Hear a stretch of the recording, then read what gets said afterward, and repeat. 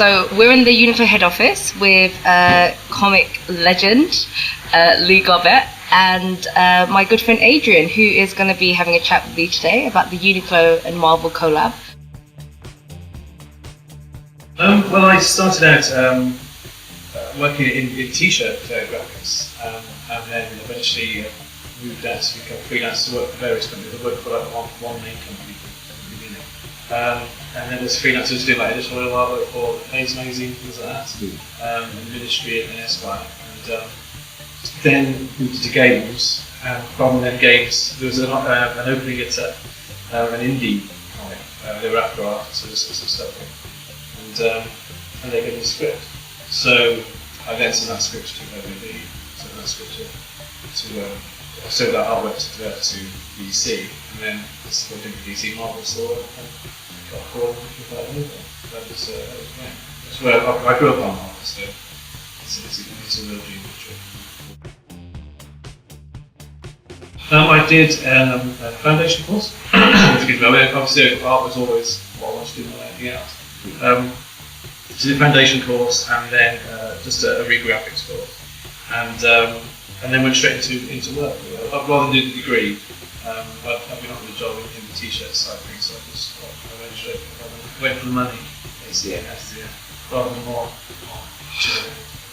That all ties in rather nicely with this whole connection. With your expertise in both Marvel comics and characters, working for Marvel, and of course the running t-shirt. Yeah, definitely.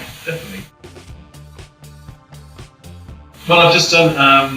I just worked for Disney and Marvel for the Avengers movie to adapt some of the storylines. So I don't actually know.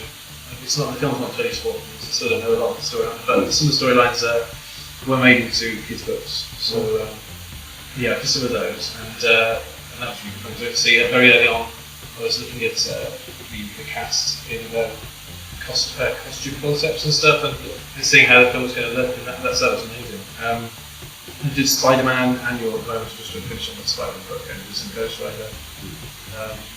So it's been mainly Spiderman, and that's in that kind of department. Each area of each character sort of has a department within Marvel, and so I've been sort of mainly in Spiderman.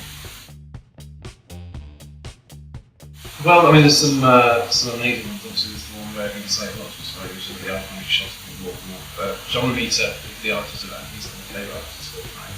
That shot as he walks away with the masks in the bin, that's amazing.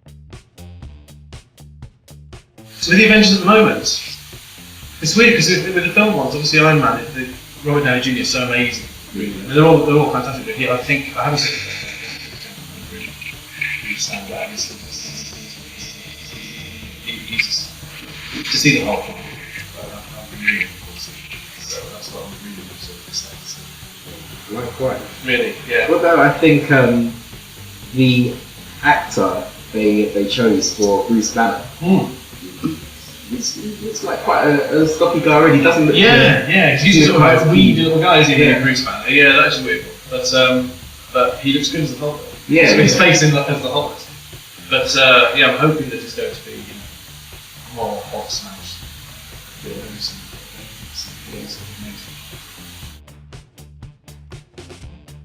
And funnily enough, speaking of the Hulk, you see a few clippings of the action during the trailer, and there seems to be a hint that the Hulk may be smarter than we're used to in this movie. Right. Oh, that'd be good. Yeah. Because I mean, in the comics, he's gone from being like really sort of dumb to being super intelligent, as in like he was like running some sort of organisation. Really weird. But it's like shots of him in a suit. So Mr. Mr. the Grey Hulk. Yeah, totally. Yeah. So I don't know. I missed that run, so I don't quite know what happened there. And there's like a new run that's come out recently where he's hit on Bruce Banner. Yeah, that's right. So again, I'm not quite sure where they're going to go with it, but it'd be interesting to see. There's also I saw in a clip where they're running for a bit. Black Widow's running and he's running, and I'm thinking, is he chasing Black Widow? Is he after Black Widow? Because obviously Black Widow's got like an iffy history and sort of but I mean, she has, and she's not always on the level. So that would be interesting. So yeah, I did wonder whether it's actually sort of after that, rather than sort of like running with that. So yeah, I'm really happy to see it. I mean, it does seem with a lot of the Marvel movies that have been coming out leading up to the Avengers, they're taking a lot of cues from the Ultimate line of comics, because obviously it's, you know, sort of a more modern, sort of, I guess you could say realistic take on this. Yeah.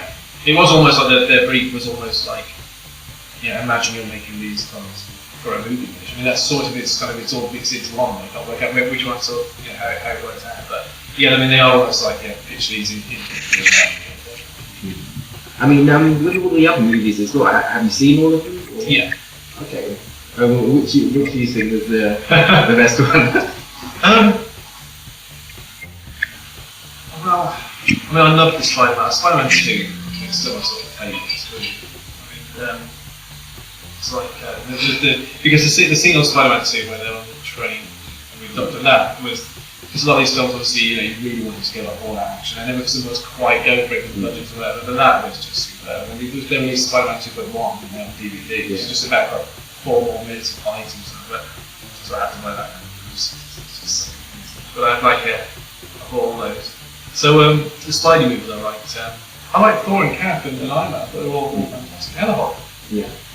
But I mean, I quite like the original, the Ang Lee Hulk. I actually quite enjoy like that. I know people sort of slate it, but I really enjoy it. And I like the Hulk. I think he's more the Hulk I wanted, perhaps not so much as the Incredible Hulk. I prefer the Ang Lee, a bit big, but visually, I thought it looked great. Yeah. The director's cut of Daredevil, I quite enjoyed as well. That's one you don't hear mentioned very often. Yeah, well, it's perhaps not like these Spidey's and stuff, but the director's cut's like much better. Have you seen it? No, I haven't seen the director's cut. It's totally different. Yeah, the whole, there's a case, there's like, they're in sort of, someone dies basically, Foggy and Matt are like sort of investigating this case. It makes sense basically, it makes perfect sense. It's about half an hour longer. You need to have a look at it, yeah, because it is different. It is totally different. You watch it, you go, why did they put this in? This is like what you want to see. I mean, it seems like they're getting the mix of action and humour quite spot on. Yeah. I mean, I think particularly in 4, there was a lot more humour in that than I expected, but they managed to get the balance just right. Yeah. I think because it was always such a huge part of Marvel, wasn't it? Because I think that was where they were at. Really. It was kind of much more joking. Like Stan Lee would talk to the reader and stuff. And you'd feel part of like a little club, being into Marvel. And Spider-Man had like his clips, and he was always saying stuff, and it was much more part and parcel. So I think to do a Marvel book without that would be kind of weird. You lose that sense of Marvel. So I think I've never really got that in. And from what I hear, that's in the Avengers, like really the balance is brilliant. But I haven't seen it yet. But I've got high hopes for Joss Whedon as well. Because he's running these social media. Yeah. So yeah, I think that they've Robert Downey Jr. is just an amazing casting as well. Tony Stark. He's just totally carries. You can't stop watching when he's basically carries anything. So I think they've done brilliantly with that. What do you think of the? I don't know if you follow Twitter. The whole Donald the Spiderman thing. You were trying to say because I knew about. I didn't know about Donald Glover until that. And then I kept seeing his name, because I knew there was rumour that we were going to kill Peter Parker in the Ultimate. And it's Donald for... I couldn't work out originally whether it was Donald for the new movie. Was it the reboot of the Amazing Spider-Man? Is that what he was on? That's right, yeah. That's right. But I sort of missed out on it because the actor sort of passed me by, because he's on some TV shows. Do we get anything? It's on 30 Rock and Community. You get 30 Rock. I don't really watch it. I know of that. It's one of those things I always think I should watch. Yeah. Tina Fey. Love 30 Rock. Yeah, he used to write for it, and Community actually airs on Virgin. Oh, okay. So yeah. I can watch it. You can watch it, yeah. Well, his Twitter campaign works, didn't it? With this Miles Morales for the Ultimate Spider-Man. Now he's these sort of based on Donald Trump, isn't it? Yeah. So it sort of did well. That's the first time it's properly sort of worked. Twitter campaigns like that, front and centre. This is sort of like, yeah. So yeah, fair play. That's amazing.